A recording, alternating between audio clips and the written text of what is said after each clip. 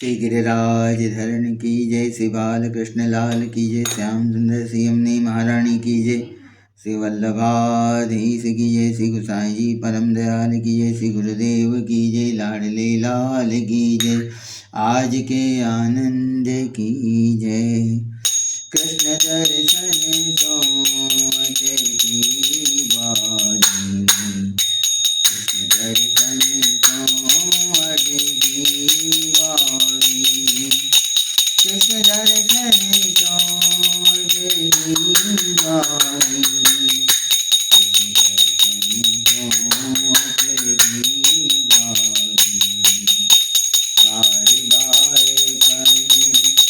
घट पर आवत, बार बार बन घट पर आवत, श्री यमुना जल मत की बारी, कृष्ण दर्शन घट की बारी, कृष्ण दर्शन सोत की बारी, सोत की बारी, मदन मोहन रूप सदारी, जीवत विमरन वरनी बारी, हट की बारी, जय श्री राधे धन्य धन्य राधिका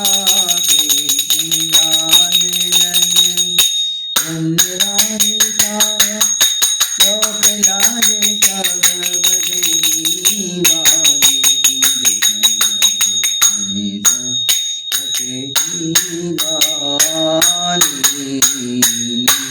श्री गिरिराज धरण की जय, श्री बाल कृष्ण लाल की जय, श्याम सुंदर श्री यमुनी महारानी की जय, श्री वल्लभाधीश की जय, श्री गुसाई जी परम दयाल की जय, श्री गुरुदेव की जय, लाडले लाल की जय, आज के आनंद की जय।